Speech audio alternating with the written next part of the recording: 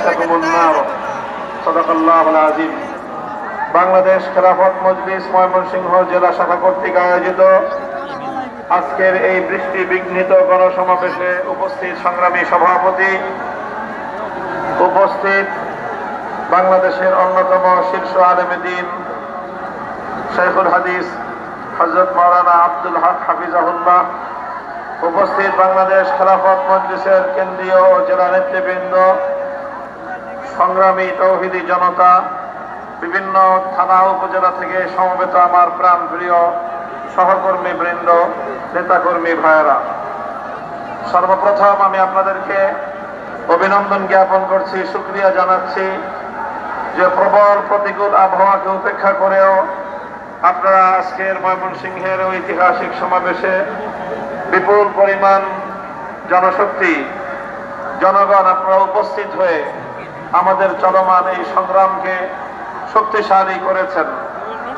ইনশাআল্লাহ আজকের আপনাদের এই প্রতিকূল আবহাওয়ার সাথে, প্রতিকূল আবহাওয়াকে উপেক্ষা করে এই সংগ্রামে যোগদান, এটা প্রমাণ করে বাংলাদেশের মানুষ, বৃহত্তর ময়মনসিংহের মানুষ যে কোনো পরিস্থিতির মোকাবেলা করে আল্লাহর দ্বীনের জন্য, ইসলামের জন্য রাজপথে থাকতে তারা প্রস্তুত রয়েছে। বৃষ্টি বিঘ্নিত সময়ে দীর্ঘ বক্তব্যের অবকাশ নেই, সংক্ষেপে আমি কয়েকটি কথা বলছি। সর্বপ্রথম আমি আল্লাহ পাক রব্বুল আলামিনের শুকরিয়া আদায় করছি যে মহান রব্বুল আলামিন বাংলাদেশের মানুষের বুকের উপর জগদ্দল পাথরের মতো চেপে বসা স্বৈরাচারী জালিম শাহী শেখ হাসিনাকে উৎখাত করে এদেশের মানুষকে মুক্ত আকাশে নিঃশ্বাস গ্রহণ করার সুযোগ করে দিয়েছেন। আল্লাহুম্মা লাকাল হামদু ওয়া লাকাশ শুকর। এরপরে আমি শ্রদ্ধা ভরে স্মরণ করছি, রুহের মাগফিরাত কামনা করছি এবং তাদের শাহাদাতের কবুলিয়াতের দোয়া করছি। 2009 সাল থেকে 2024 সাল পর্যন্ত ফ্যাসিস্ট জালিম শাহী স্বৈরাচারী শেখ হাসিনা এবং তার খুনি বাহিনীর হাতে, হাতুড়ি লীগ, হেলমেট লীগের হাতে নিষ্পাপ এবং নিরপরাধ যে সকল মানুষের প্রাণ বিসর্জন গিয়েছে, যারা শাহাদাত বরণ করেছেন। বিশেষভাবে স্মরণ করছি 2013 সালের শাপলা চত্বরে নবী প্রেমিক শাহাদাত বরণকারী তৌহিদি জনতাকে।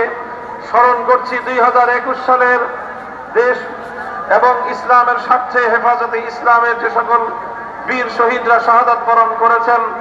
আর 2024 সালের জুলাই এবং আগস্টে প্রায় 1,500 মানুষ যারা শাহাদাত বরণ করেছেন খুনি হাসিনার কাছ থেকে বাংলাদেশ এবং এদেশের মানুষের ভাগ্যকে উদ্ধার করার জন্য। সংগ্রামী সাথী ও বন্ধুগণ, শেখ হাসিনা চেয়েছিল বাংলাদেশের মানুষের কাছ থেকে প্রতিশোধ গ্রহণ করতে। শেখ হাসিনা চেয়েছিল বাংলাদেশটাকে অন্য আরেকটা দেশের অঙ্গরাজ্যে পরিণত করতে। শেখ হাসিনার রাজনীতি ছিল বাংলাদেশকে ধ্বংস করার রাজনীতি। আর তাই সে বাংলাদেশের সকল সম্পদ লুটপাট করে সে এবং তার পরিবারের সদস্যরা লক্ষ লক্ষ কোটি টাকা উজাড় করে, লুটপাট করে বাংলাদেশটাকে একটি তলাবিহীন ঝুড়িতে পরিণত করেছে। এই লুটপাট চালিয়েছে এজন্য যেন বাংলাদেশ বিশ্ব দরবারে মাথা তুলে দাঁড়াতে না পারে। এদেশের মানুষের অর্থনৈতিক অধিকার ছিনতাই করেছে, এদেশের মানুষের ধর্মীয় অধিকার ছিনতাই করেছে। বাংলাদেশের অধিকাংশ কোরআনের মাহফিলে, আলেম ওলামাদের মাহফিলে 144 ধারা জারি করে কোরআনের আওয়াজকে বাধাগ্রস্ত করার চেষ্টা করেছিল। আমি মামুনুল হক বাংলাদেশের প্রতিটি জেলায় জেলায় আমার মাহফিলগুলোকে বন্ধ করে দিয়েছে। 144 ধারা জারি করে রাস্তায় ব্যারিকেড দিয়ে আমাদেরকে কোরআনের কথা বলবার জন্য মানুষের দোরগোড়ায় উপস্থিত হতে দেয়নি। শেখ হাসিনা এভাবেই প্রতিটি ক্ষেত্রে বাধা দিয়েছে, মানুষের ধর্মীয় অধিকার ছিনতাই করেছে, অর্থনৈতিক অধিকার ছিনতাই করেছে, মত প্রকাশের স্বাধীনতার অধিকার ছিনতাই করেছে, মানুষের ভোটের অধিকার ছিনতাই করে একনায়কতন্ত্র এবং ফ্যাসিবাদ কায়েম করেছিল। জুলাই এবং আগস্টের বিপ্লবের মধ্য দিয়ে বাংলাদেশ সেই ফ্যাসিবাদ মুক্ত হয়েছে।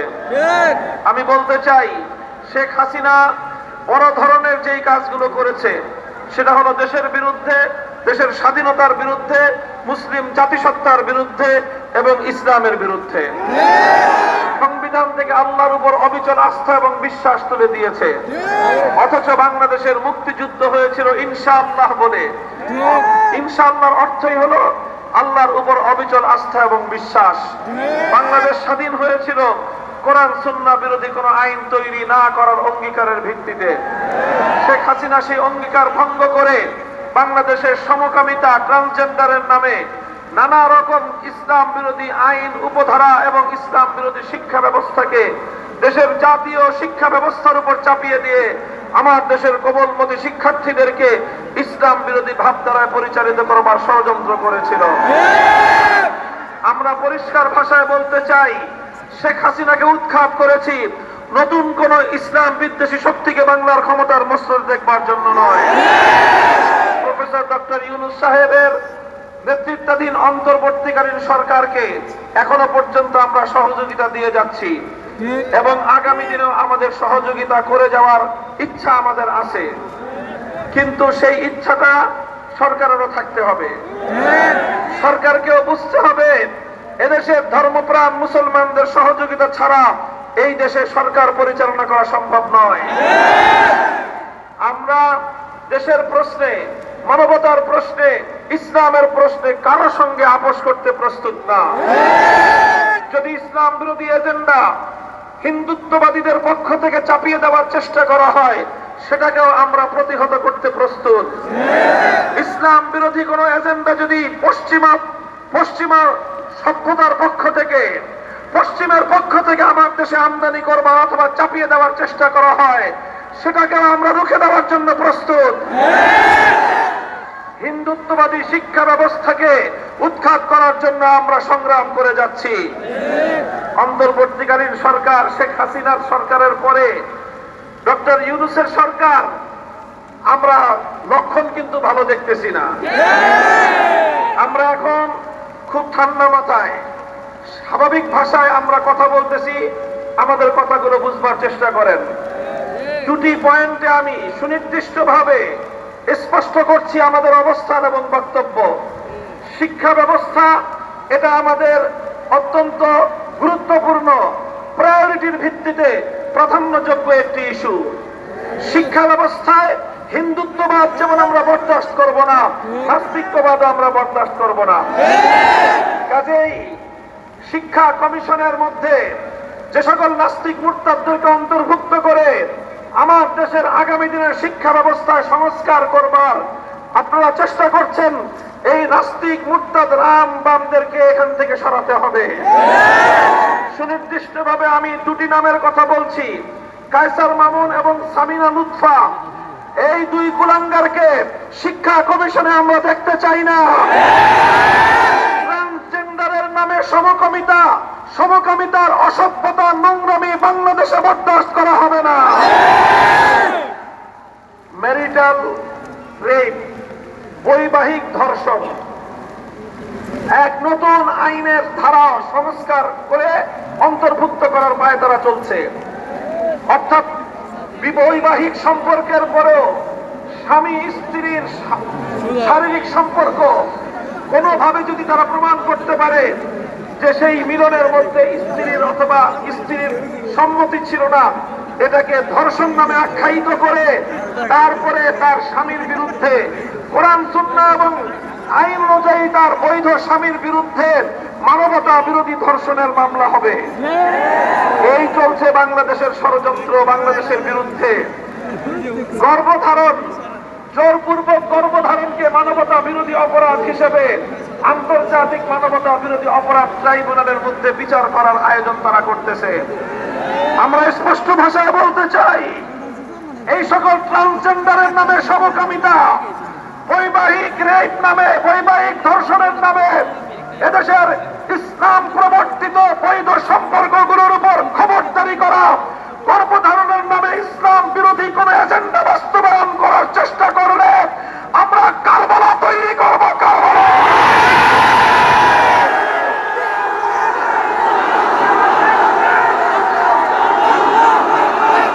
স্পষ্ট আমাদের বক্তব্য। শিক্ষা কমিশনে ইসলামী শিক্ষাবিদ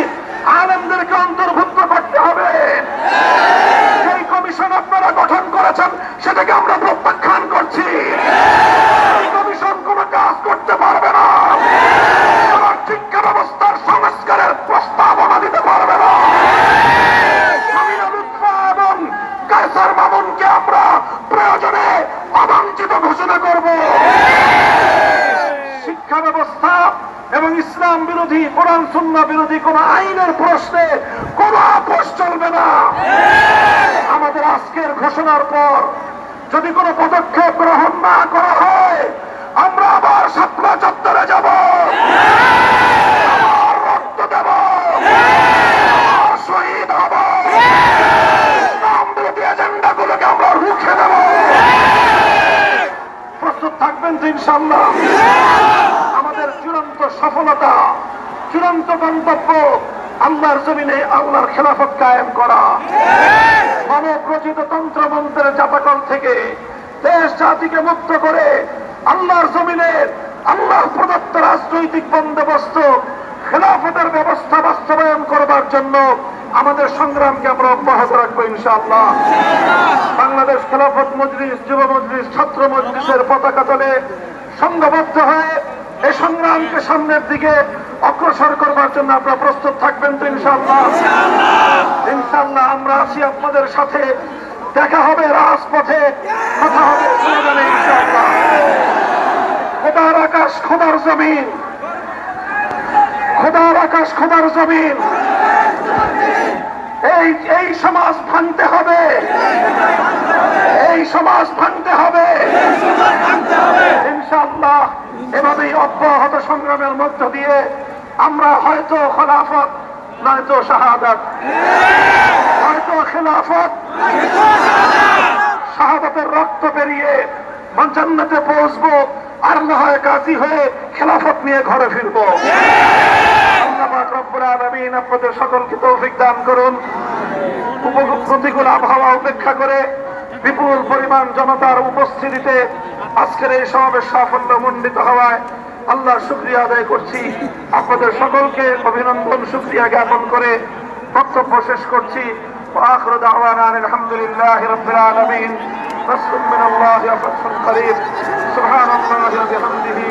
سبحانك اللهم وبحمدك أشهد أن لا إله إلا أنت أستغفرك وأتوب إليك برحمتك يا أرحم الراحمين.